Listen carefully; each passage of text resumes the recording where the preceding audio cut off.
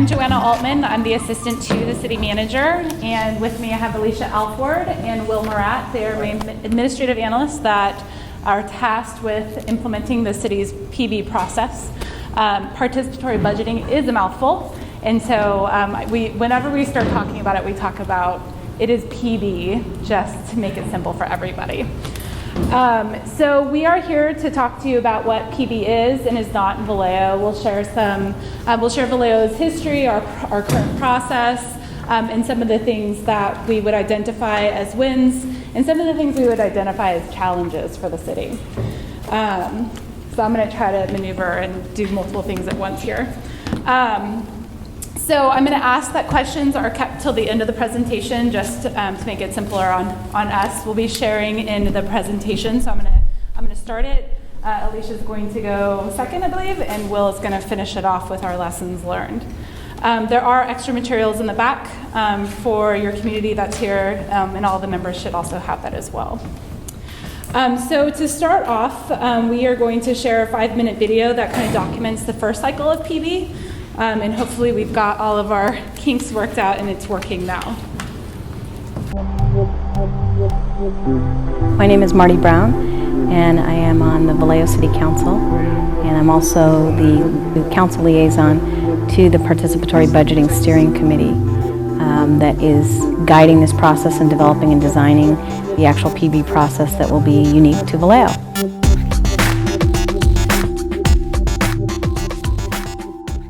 The first question is, what should the minimum voting age be? There are two different answers that people discussed last week, 14 or 16. So if you're in favor of 14, you stand over here. If you're in favor of 16, you stand over there. Someone from the 16 crowd wants to explain why they think the voting age should be 16? You're welcome to move around as people talk.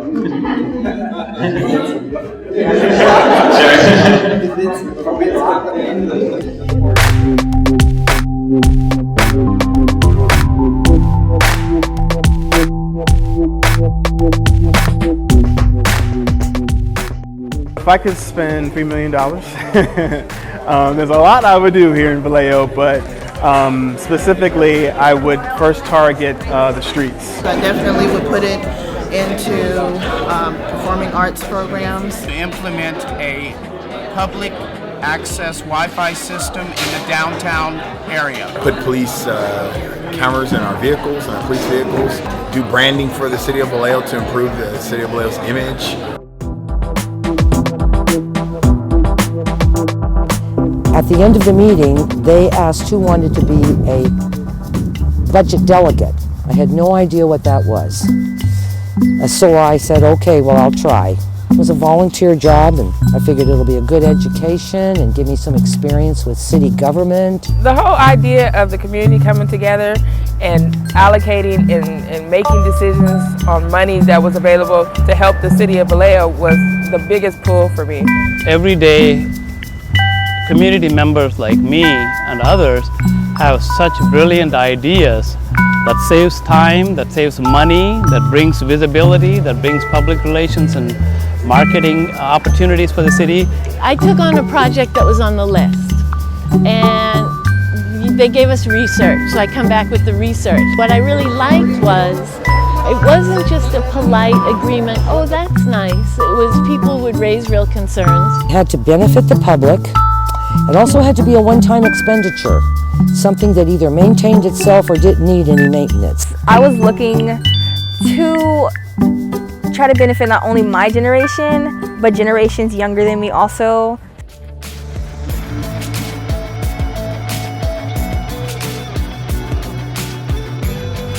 What we strategically did is we chose 13 different parks all around Vallejo, and we want for everybody to be able to go to a park and feel comfortable, feel safe, and be able to see something that's cleaner and something new. We are asking for $146,000 that would benefit 10 community gardens across Vallejo. Our first project makes Vallejo safer by increasing the lighting.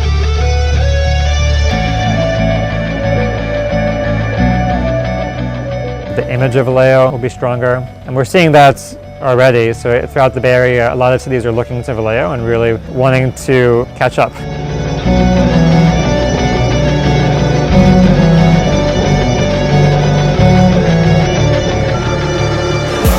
are voting, and we're so excited. Number one project voted by the 3,928 voters in Vallejo. Wow. All right, parks and shit over there. Number one project. Light up Vallejo. Parks and Recreation. Number 7. Community Garden.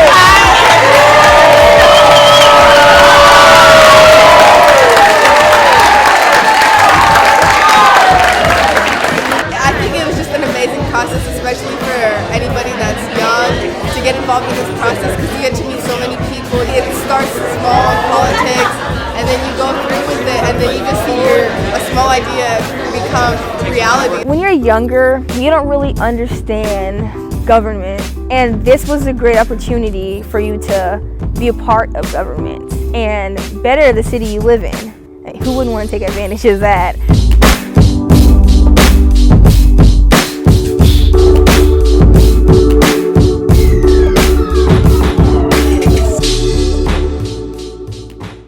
All right, so PB in Vallejo is a tool for civic engagement. Everyone probably have seen the ladder of participation. Most government programs are somewhere around 2, 3, and 4 is kind of that token, like, hey, I love Nextdoor, I run the city's Nextdoor feed. That's not true participation though, right? Like, it's an opportunity for us to provide information, but it's not a two-way street. There's no ownership in it. It's come out and give us your feedback about our general plan, which again is participation, but it's not getting up to those delegated powers. So in Vallejo, we're really, I would say somewhere between 6 and 7. We've created partnership with our community. We've delegated some power. Ultimately, at the end of the day, the city council budget authority remains with them. They actually approve the projects, allocate the funding for the projects, and so on and so forth. So we haven't actually hit citizen control per se. So Vallejo has 4 distinct goals with PB. I think we started with 3. It's evolved as we go into our 4th year. Improve our city, engage our community, transform our democracy, and open up government. And I'd like to say that we've done a pretty good job of doing that, but there have been bumps along the way. We're going into our 4th year. We are in our 4th cycle. And so we've learned a lot about how the process works and how best it can fit into a community, into local government, into bureaucracy. So let me tell you a little bit about PB in Vallejo. In 2011, our voters passed Measure B. It's a 1% sales tax for 10 years. It was narrowly approved by our city council. It was a 5-7 vote, which is the minimum to put an ordinance, a tax ordinance, to your residents. And it passed by, I think, 200 votes. So our city council said, great, because you've passed this, and again, a 4-3 vote, PB was passed in Vallejo with a 30% allocation of all taxes that came in the first 15 months. Our tax started in April, and so for the entire first 15 months of that fiscal cycle, we said 30%. Our city council said 30%. I think at the end of the day, it was somewhere around 4.1 million. 3.2 million. We had estimated it to be 2.8 million, excuse me. We used it as a tool to engage our community, coming out of the word I don't ever want to say, coming out of bankruptcy. It was something that we used to encourage our community to get involved and have a say in how dollars were spent and to really show true transparency in those funding. I'm jumping all over the notes, so excuse me. So Measure B at that time was supposed to generate 11 to 13 million. We've increased it over the years. With that, in the city's process, as priorities have evolved and changed, it has also decreased the allocation for PB. So the first year was 30%, the second year it decreased, and now it's down to, this last fiscal year it was down to 1 million for projects. So a dramatic decrease over the couple of years as priorities have shifted in Vallejo. It was never a condition of Measure B. When we were doing our information campaign on what Measure B would be, it was really about public safety and streets. And so once the tax was adopted, once it was passed by the voters and officially adopted by the city, it became something different, which is something that we're going to talk about a little bit later. However, with the adoption of PB in Vallejo, we were the first citywide process in the United States. New York, Chicago, and other cities used it in districts or wards. We were the first process that would be throughout an entire city. We hired PBP, the Participatory Budgeting Project. We consulted with them. They're a nonprofit. They came out and they ran our first process. It started as an analyst, before I started with the city. My position was new to help with the PB process, among other things. And we quickly realized that it was not only a full-time staff job, it was the full-time job of 3 staff. And so coming out of our first year of PB, we delayed the second year and said, council, this is what you want, these are the things that we're going to have to do. And with the support of the community, I've brought on 3 great staff. We have evolved over time. We're down to 2 staff. The other 3rd staff went on and pursued a position in economic development. We still have her. She was a great find as well. So to date, we have engaged more than 15,000 residents. We've allocated $6.7 million in funding to projects, a total of 25 projects, and we've been recognized by the League of California Cities. We were awarded the Helen Putnam Award for enhancing public trust in ethics and community involvement. And this last year, Harvard University recognized us as the top 10 innovations in government. So we received some really great awards and really great recognition for the city of Vallejo, which hasn't always had the best title or reason for being known. So what is PB in Vallejo?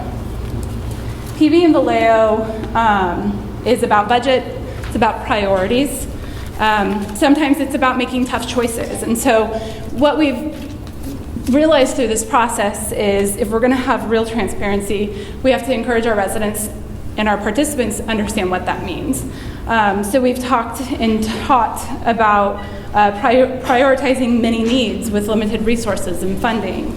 And what gets funded, what's an essential for the city might not necessarily be something that a resident might want, or something might not be a public benefit. And so in our first year, we learned a lot of lessons that we had to evolve our process in order to make it legal, in order to use public dollars in a way that the entire general public would have access to the benefits of it.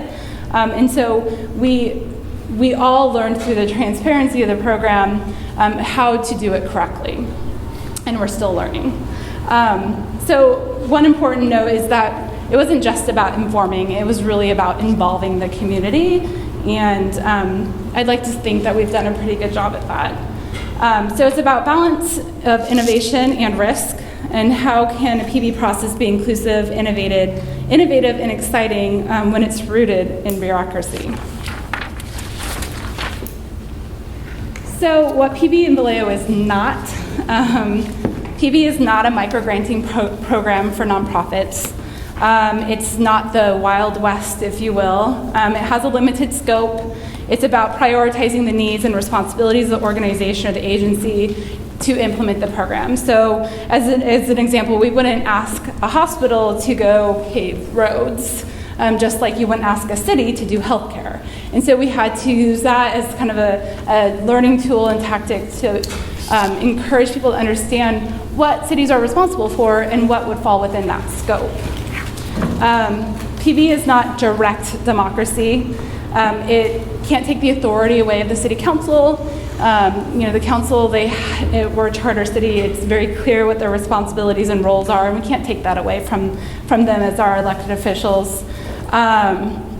And we encourage the project eligibility to be reflective of the city council priorities. And finally, PB is not easy. It's not great use of costs and dollars and city monies. It's challenging. There's a burnout factor with all the volunteers that put the process together. There are expectations. And so what we've really learned is that it has to be adaptive and it has to be flexible.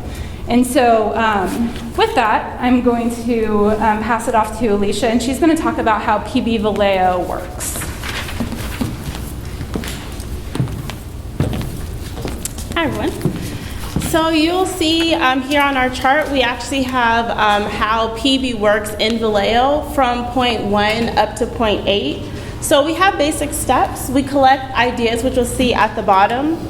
We then have our budget delegates take all the ideas after the budget assembly phase where ideas are given. The budget delegates from different community groups actually turn those ideas into proposals. Next, number 4, those projects are shown at what we call expos, where residents are actually able to go learn about the projects, interact with budget delegates, and then number 5, they're able to vote on them, which is always exciting. Number 6, after the vote, we actually give the ideas to the City Council. As Joanna mentioned, voting is great, it's a lot of fun, but Council really has to put their stamp of approval on all the projects. And then number 7, that's when work begins with our implementing projects. And number 8, we always hope that the result is a better Vallejo. Our timeline also changes throughout the cycles, but for the most part, this is usually what it looks like.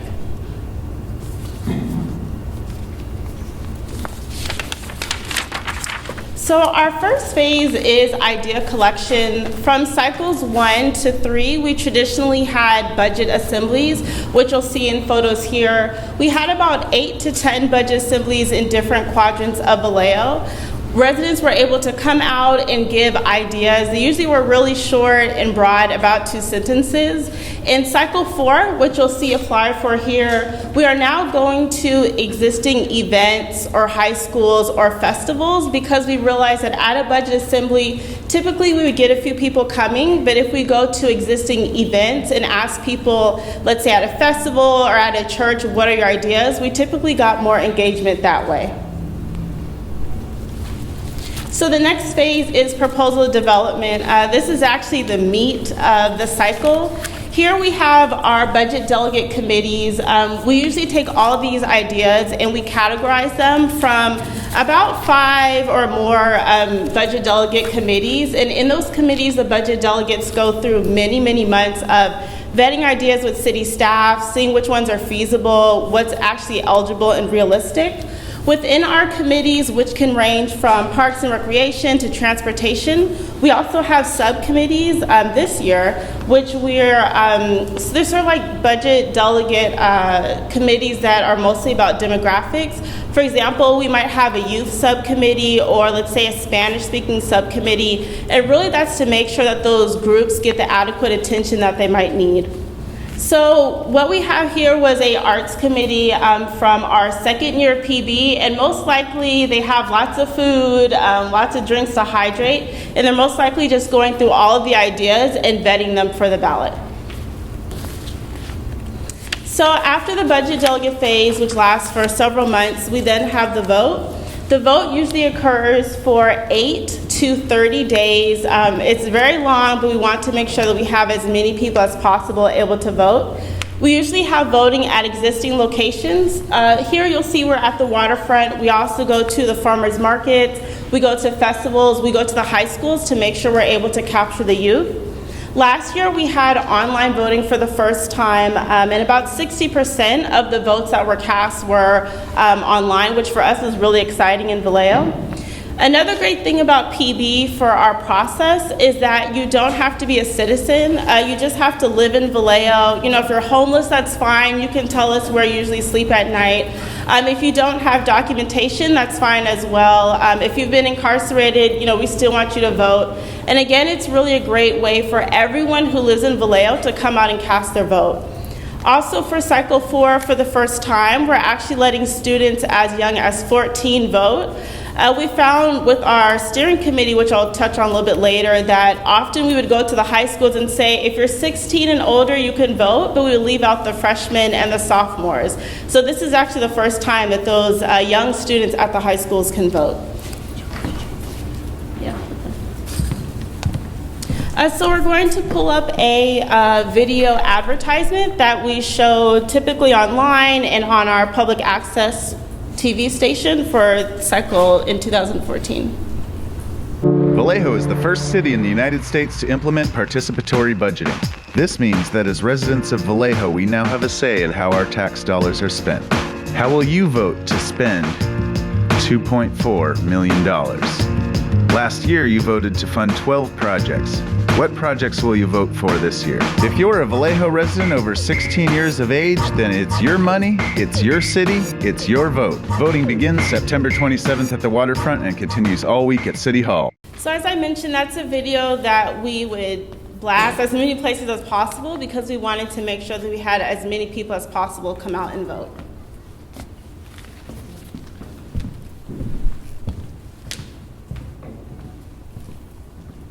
Okay, so within the city manager's office where we work, we actually also work with a steering committee. They are appointed by the city council. They're a body of 17 members. We have two types of steering committee members. They're at-large members, or they are representatives of a local organization in Vallejo. They also follow the Brown Act, and they are managed and they have meetings with city staff. For this is really important because they are a body within themselves. They do a lot of hard work. They help us promote PB in the community. They help mobilize community participation. They do a lot of outreach at events along with city staff. They sit down with us and help us create a new rule book for every cycle, and they also go through projects to help with eligibility. So they are critical for PB. They're managed, like I mentioned, like city staff. But without them, we probably would have a hard time. So for Vallejo, we try to do our best to measure success every cycle and every part of the cycle in every phase. So a few ways that we do that is we look at participation from budget assembly, who comes to an assembly, from voters, from budget delegates. However, this isn't the only way that we measure our success. We also look at census data for Vallejo, and we look to see if we're having proportional representation. That means that throughout the cycle, what our census, what our demographic looks like in Vallejo, are we getting that representation? And if not, what can we do better to actually get them to come out to our events? So whether it's gender, age, income, or ethnicity, we're always trying to make sure we're as proportional as possible. Some other ways that we try to measure success is civic education. For example, PB, it's voting, it's a lot of fun, it's getting together, but really we're hoping that residents and stakeholders learn more about the city budget, that they build relationships with city staff, and that they learn about how the city runs as a whole. That really is one of our main goals. Also, we have nonprofits in Vallejo, so going through our process, many of them learn how to write grants for the first time, which is really exciting for us because they get templates from working with PB. We try to measure success by community involvement, meaning do we have more people now going to city council meetings, which we have seen? Do we have people going through PB now joining boards and commissions, which we have seen as well? And we also try to build those relationships with nonprofits, with organizations that typically maybe didn't reach out to the city in the past. And lastly, we measure it by our pipeline of leadership pipeline, as we call it. For example, we have 4 city council members who previously were on the PB steering committee, now on council. So for us, it's actually really exciting. We can't take all the credit, but we like to think that perhaps them going through PB helped them really learn about the skills to serve on city council. Another way that we measure success, which you'll see from the photos, is our projects.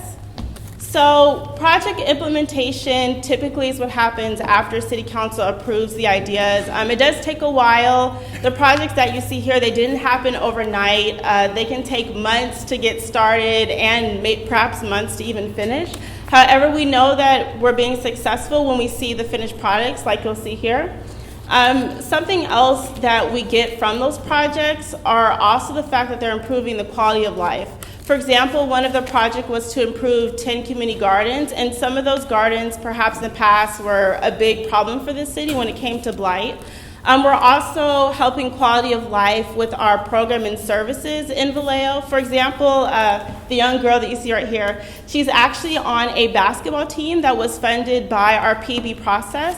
And with our program and services, at least 51% of participants must be low to moderate income. So again, we like to think that with PB, we are helping the overall quality of life.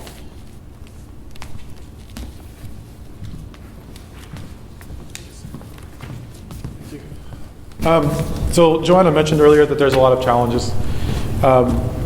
There's a lot of awards, but there's some realities that we've been facing and some realities that we've learned how to deal with and adapt to. And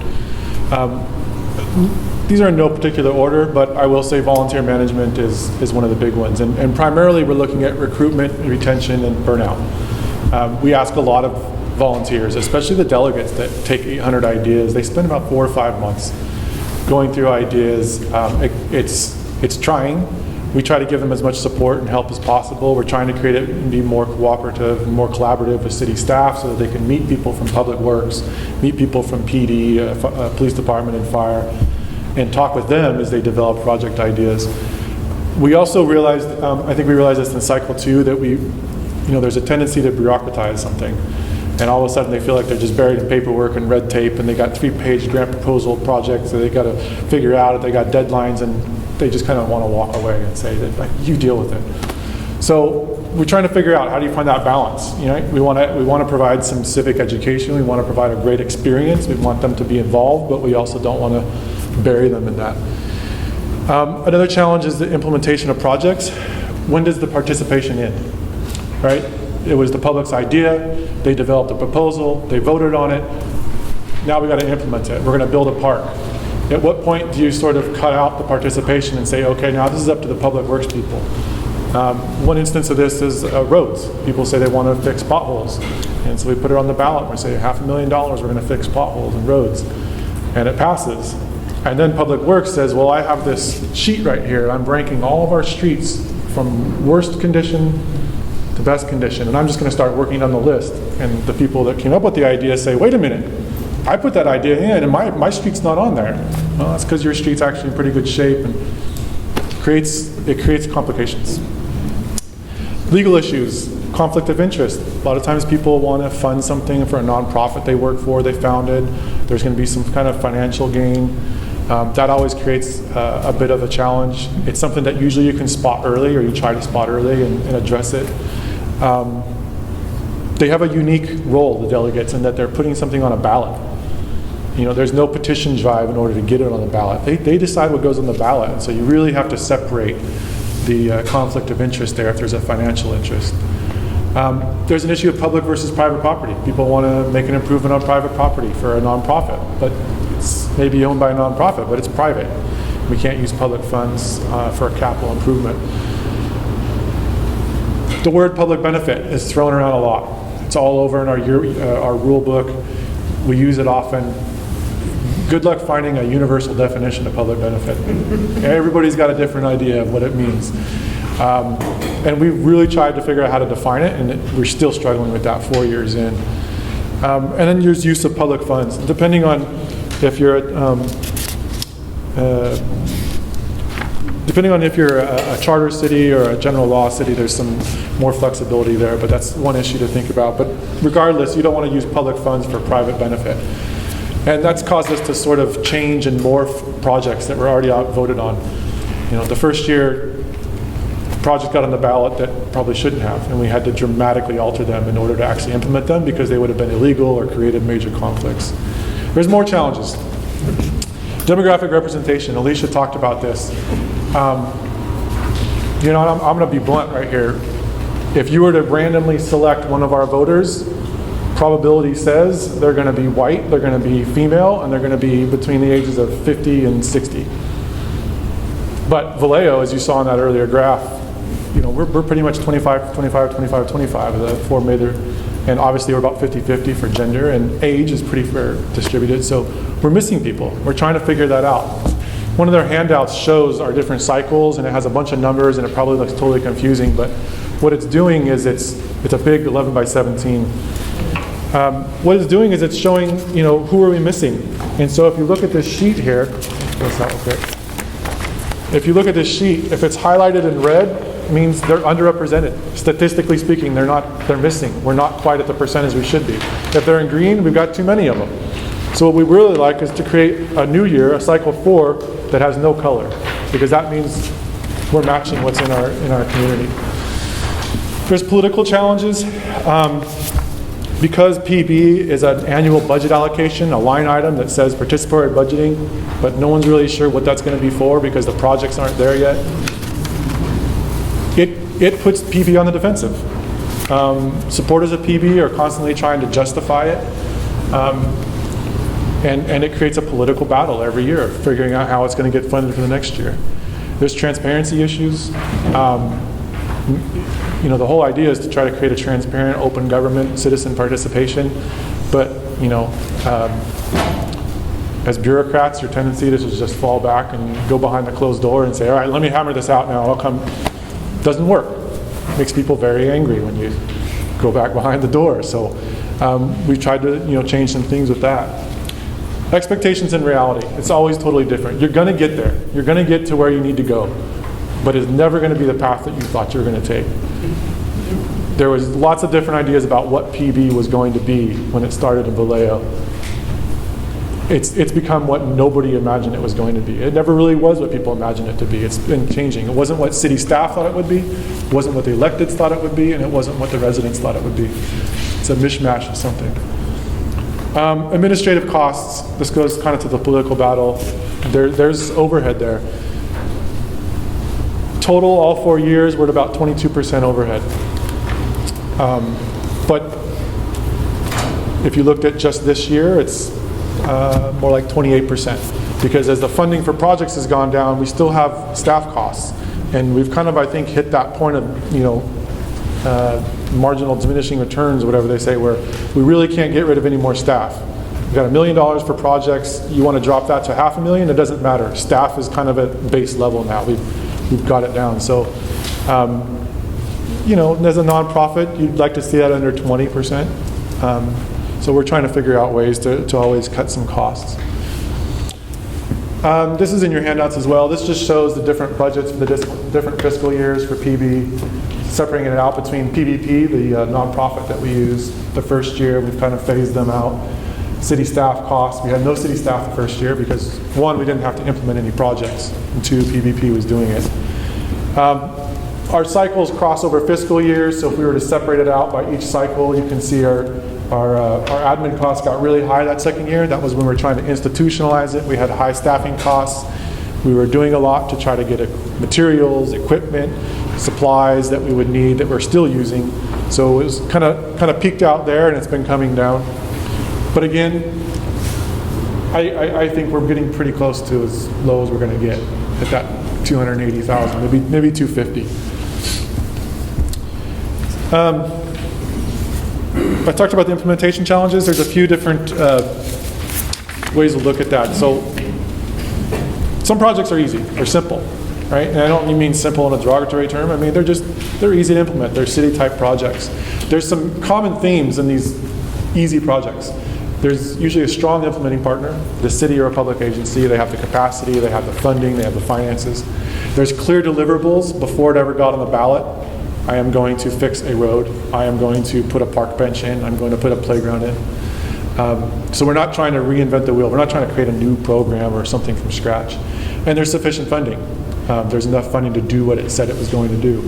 So some of those, we've had a parks improvement project the first year that was a success at $170,000 leveraged from the park district. So the project actually was over $500,000. Senior center improvements, it was a city-owned building, very easy, right? We're going to put some new, I think it was like energy efficient windows in and replace the floor, but it's a city building, public building. Pothole repaving, all 3 years we've had a pothole project. Again, people like potholes, and in fact, we once pulled the youth vote out just from the 16 and 17-year-olds. Number 2 project they voted for was potholes. My theory is that skateboards and bicycles fill a pothole a lot more than a car does. Fire rescue vehicle, right? Easy. We're going to buy a new fire vehicle. Strike Up the Bands was purchasing about $90,000 worth of new band equipment for the school district. Very easy. Make a purchase. Lowest bidder, right? Buy the instruments. Bring them in. The Youth Firefighter Mentorship Academy is a rare example of a new program, new in our city. It had been done before. They had an existing curriculum. It had been tried out. They had even done a pilot project already in Vallejo. So, and again, implementing partner is the fire department, so it's easy for us to manage. And then there's the projects that keep you up at night. Central themes around these. The one project that's on the ballot is actually several, right? It's public art, but really it's 6 different public art. And really, if you want to break that down, one of them's 24 different public. So all of a sudden, one project is actually like 150. There's undefined deliverables. We've had projects get on there that are really vague and broad, and we probably shouldn't have let them get on. We probably should have forced the delegates to flesh them out a little bit more. Insufficient funding. We had this project here, $250,000 for a public restroom and snack bar for a nonprofit on public property. Final price tag came in at $360 something. So we had to dig up some more money. The nonprofit had to generate a lot of in-kind. The partner doesn't have the capacity to implement. They don't have the staff, or they don't have the finances, or they don't have the expertise. They struggle with that. And there's some questionable use of public funds. So talked about the snack bar. That was basically, there's some staffing capacity issues and then way underfunded. We had a project called Help the Homeless. That is the level of detail you are looking at right there. All right, that was it. And just like definition of public benefit, Help the Homeless has lots of definitions. I like it. This is why it won, because right, everyone looks at it and they're like, yeah, Help the Homeless. That passed in November or October of 2014. We have not spent $1. We don't have a contract yet. We're still sorting it out. We've put out an RFP. We got a response. We have a group out of Berkeley that's going to come in and open up some transitional housing, but that is taking a lot of effort to get up off the ground. But we're optimistic it'll get there, and we think it brought in a really good nonprofit to the community. The public arts projects, like I said, it was really 6 different projects, and there's some capacity issues with the nonprofit there. A lot of these nonprofits don't have paid staff. Now all of a sudden you're asking a volunteer, and oh, by the way, PB says we do not cover administration and overhead of your project. So all the paperwork, that's on you, right? We're going to push that off onto somebody. So we have nonprofits with volunteers who are now being told you got to do all this paperwork. First year we had a college scholarship project. Turned into 68 different students that every semester had to do 40 hours of community service, which had to be monitored by Alicia here. They had to turn in paperwork and receipts for eligible expenses, which had to be monitored by Alicia here. This thing went on forever. A lot of the expenses weren't eligible, and we ended up with less than half of them actually using the full scholarship, because they, a lot of times too, they're students in need, and there's other scholarships and grants available, and what they needed was money for, a laptop. But that's a use of public funds for a private individual. We could pay the tuition, but somebody else is already paying the tuition because they qualify as low or moderate income. Small business grants, public use of funds for private companies. That one got dramatically altered. We turned it into a facade improvement and an ADA access for a specific geographic area in the downtown. Actually only used about 70,000 of that. Lessons learned. Number 1, if you're going to write anything down and walk away today with anything to share with your community members, to share with your city council, with each other, start small and grow. Do not start something that you're not willing to build on. Unfortunately, in Vallejo, we opened it wide open the first year because city staff didn't really have city staff. We didn't really know what it was. We're like, yeah, sure, go ahead, PB, sounds good. PBP, nonprofit, come on in, do it for us. And now as we've had to narrow that and restrict it, the perception in the public is that, well, you're trying to kill PB. What are you doing, right? You come up with all these rules, and start small and build, right? Take off a small bite, build up from there, and be adaptive and flexible. We change our rule book every year. We go through a process and we go back and we say, what worked, what didn't, how can we change the rule book? Every year we do changes. Use the tools you have. Community development block grants, a HUD program. Your city already gets some money for that. They already have very clear established guidelines, 51% or more, have to be low or moderate income. They have these things in place. You can use these, you can tie to these. You don't have to try to reinvent the wheel. Define public benefit the best that you can at the very beginning. Be clear on public versus private property. You know, does public benefit mean anybody's available to sign up for it? You may only have 30 slots available, but anyone in the city better be able to sign up for those 30 slots. You can't say these are 30 slots for kids who already go to this school, because now kids at another school can't apply. Get involved early and often. You know, Alicia and I sit in every delegate committee, every meeting. We kind of split them up. We have another intern who helps, and we sit in every meeting and we try to follow every project. And as soon as we see it veering off in a direction that might cause some problems, we try to nip it in the bud. All right, let's steer you back towards something that's eligible, something we can put on the ballot. Define your roles and responsibilities. That's internal. That's for your steering committee. That's also for your community, your residents, your volunteers. Avoid letting voters skew need. This goes to the pothole issue, right? You might get a lot of people on a particular road that vote for the pothole because they think that it's going to be about their street. Or they may even put their street on the ballot, but that doesn't necessarily demonstrate need. That road might actually be in better condition than many others. Public Works typically knows numerically, quantitatively, which projects, which roads are in most need. Pre-qualify your nonprofits as partners. This worked very well for us. We started this in the 3rd year. Again, CDBG has very clear guidelines for this that you can use, borrow. But you ensure that the partner is able to take hold. We had partners the first year that we turned around and were like, okay, this project passed, you know, we have all this money, and they're like, I don't know anything about it. What do you? They had no clue. You know? And in some cases, they're like, I don't need that. The school district was like, I don't need money for libraries. I have this grant. I got. So you got to make sure the partners are involved and that they're qualified. Last, make sure it's not all about process. Don't turn them into a bunch of little bureaucrats. You know, that's Jaime's and Danielle's and my job. You know, your residents want to be excited. They want to be creative. They want to be active. We started doing an ice cream social as an event for the delegates, and we say friends, family, neighbors, and people come out and they sit by the lake and they visit, and there's no business, right? It's just ice cream and neighbors. And that's, I think, one of the goals of PB is creating neighbors, creating connections and community. One of the questions we ask on our surveys is, how many neighbors do you now know, or community members do you now know by first name? We ask that at the beginning of the process, we ask it at the end. And the ones that participate through the process, all of a sudden they've got these connections, right? And those connections build out into neighborhood watch programs and nonprofits and PTAs and everything else. It starts growing. I want to show you a very brief 3-minute video. This is a rough cut, so keep that in mind. There's some issues, but one of the things we've been trying to get across this year is that there's an impact. This isn't all about process, right? And so we're now starting to be able to show projects and stuff. So this is the last video, and then we'll be happy to take any questions. Benefits your community. It's your tax dollars at work. Where's your PB funding? PB funding is here! Without PB and without the state neuter program, the city of Vallejo will be looking at a tremendous amount of animals roaming the streets, not being treated well.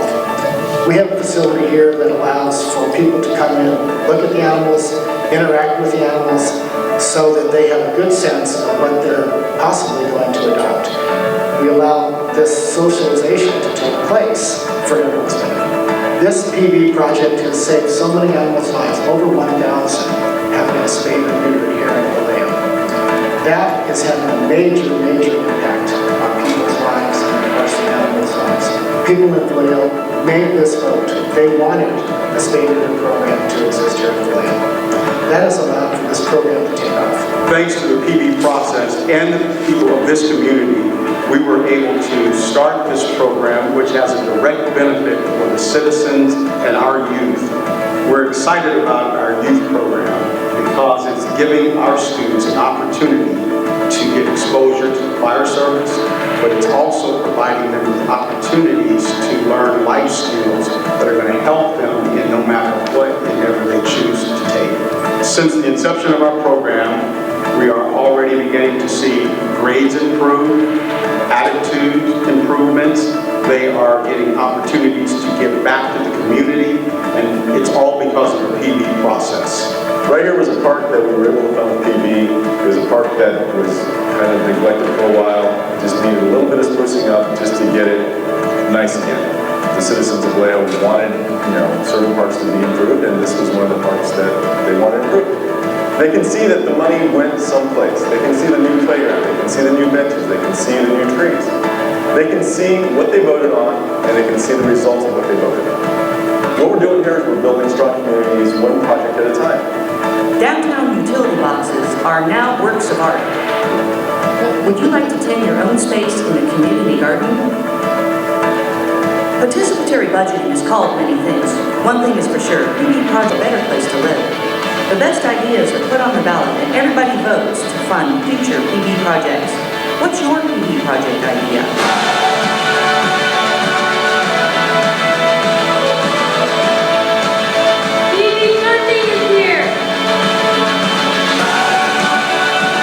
PB projects are here.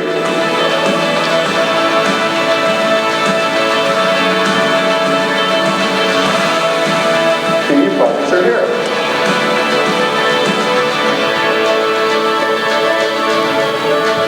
PB is here. Make your votes count.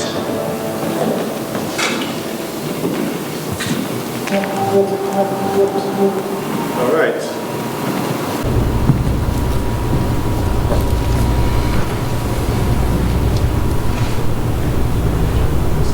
So, I believe you're the chair, so you want to lead conversation questions? I'm curious if any of your projects or, I guess if the projects were cross-sector, like do you allow that? Do you allow where people, it's like business and government and nonprofits, residents sort of doing stuff together? Business creates that conflict. We definitely encourage businesses to get involved from a volunteerism standpoint or community activism standpoint, but you have to make sure that those funds don't transfer over to a private business. But we have projects where the implementing partner is a nonprofit. We have projects where it's another public agency, the county or Parks District or the school district. And we have some that are even interdepartmental, where there's, it's crossing over between public works and our police community services section or something. And so part of the reason that we have to have staff specifically for implementing the projects is to sort of coordinate that collaboration, that cooperation between city departments. Coordinating planning, like the homeless project, coordinating planning with zoning issues, with housing authority. So I would also add that we do have public nonprofit relationships with that. So with our, with the school district, or even with the homeless project as an example, with the fire academy, it's a nonprofit that's assisting with the implementation with the city. So I would say it's it's become a really great collaborative effort for the community. And I guess it would show up with in your delegates or in the steering committees. Maybe anybody can be on the steering committee, right? Any resident can apply to be on the steering committee. Yeah. Oh, and you apply for it. Yes, okay. It is an application. It's a 2-year term appointed by the city council. Got it. Chris, do you have a question? Yeah, I have two really quick, if you would. So we have $1,000 grants that this body gives out, and one of the things that we find is we have the same requirement of one-time funding, and then we seem to have the same people come back every year for one-time funding. Do you guys as staff limit that from happening, or do you have sort of a rule that says if you brought forward a project one year, you can't the next year? How do you deal with that? So we actually don't have that requirement. That's a really great question. We actually talked about it this year at the steering committee. So every cycle we typically tweak the rule book. So as long as it's still eligible, it can get on the ballot, it can win potholes, for example. So as long as it's eligible, there's a chance that yes, it could get funding again like potholes and street repair. But I think with that, there has to be, to be an implementing partner, you have to show that you are going to do what you're going to do with this one-time funding. So that would be the requirement, but there's no requirement that you can't apply again next year. Or not apply, but you can't try to participate next year. Because of course, at the end of the day, it's the community saying what they want. So it's not a guarantee. And then the second, I love all the data that you keep.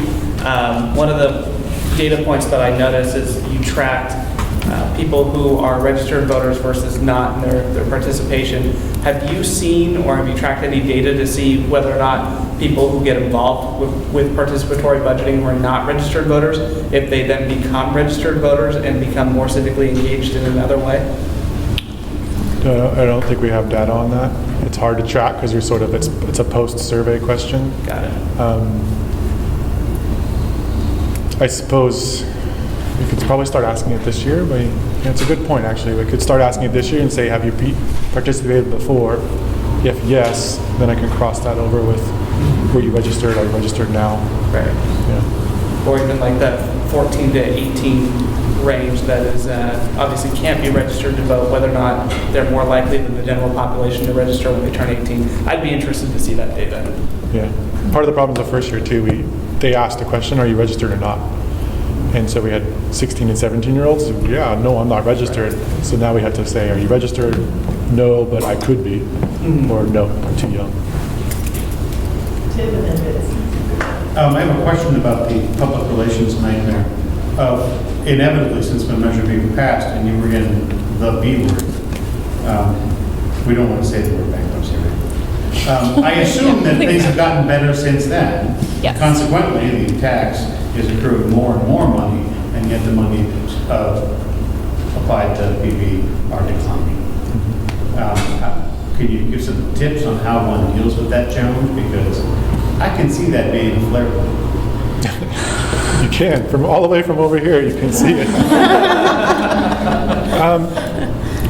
I think there's a lot of needs in Vallejo, and ultimately City Council, allocates that money, and we're still trying to restore, a police force. We're still trying to levels that we're still not at levels we were before. Fire, and I think general polling in Vallejo says public safety and roads. That's where people want their money to go. And what we've seen is council sort of pulling more money and saying, let's put more into this. I think there's also an effort to look at programs that might ultimately create more indirect tax revenue. So economic development is a big driver, but ultimately it's City Council's direction that drives that. And who helps the project people navigate the, I'm sure yours is no less than ours, Byzantine depths of city government? Because whenever someone has a homeless project, it's always like, oh God, I got to call code enforcement and find out what their problem with this is going to be. Do you guys take the point on that rather than... They have become experts in city government. Because it's often a big pain. Yeah, I'm gonna add a little bit more onto what Will said. So the priorities in Vallejo, they shifted. So in the middle of cycles 1 through 4, we had a shift on the City Council. But I would say, or I would stress that this has not been an easy process for the City Council either, especially with 4 of them coming from the PB steering committee. It's been very difficult for them, but they are committed to it. And with that, they continue to fund it, but at a lower level. We have also added, so it's shifted like this with public safety coming back up. We have 22 police officers that are funded out of Measure B funds. We, as the City of Vallejo, we account for our Measure B tax dollars completely separate from they are general fund dollars, but they're completely accounted for separately. And so for us, it's been a great kind of way to say, this is how your PB fund or your Measure B funds are being spent, and we can pinpoint it. And so we just, we're bringing back a Measure B this year to permanently extend our 1% sales tax and intend to continue to do this separately. Now, we have also, along with that, gotten a lot of pressure from advocates and those that are advocates of PB and those that are advocates against PB. Our poll, unfortunately, through the process of deciding whether to bring back the permanent extension, we did ask a question about PB, and our poll results indicated people are much more inclined to vote for a public safety type measure versus a PB measure. It's more important to them that they are safe than spending PB dollars. Now, my caveat to that is you go back and look at 25 projects, those 25 projects would easily fit into our categories within our Measure B budget.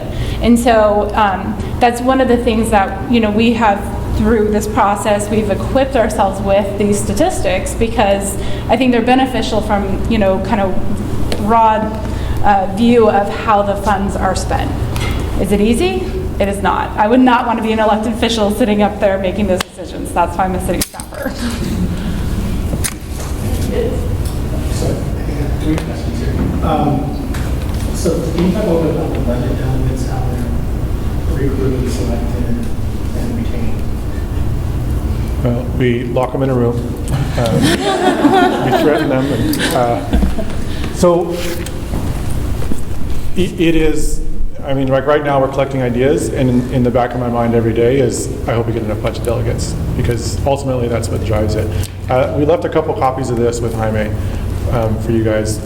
This is the guidebook we gave them last year, and it sort of outlines, it's like a how-to, right? And it was their resource guidebook as they went through the process.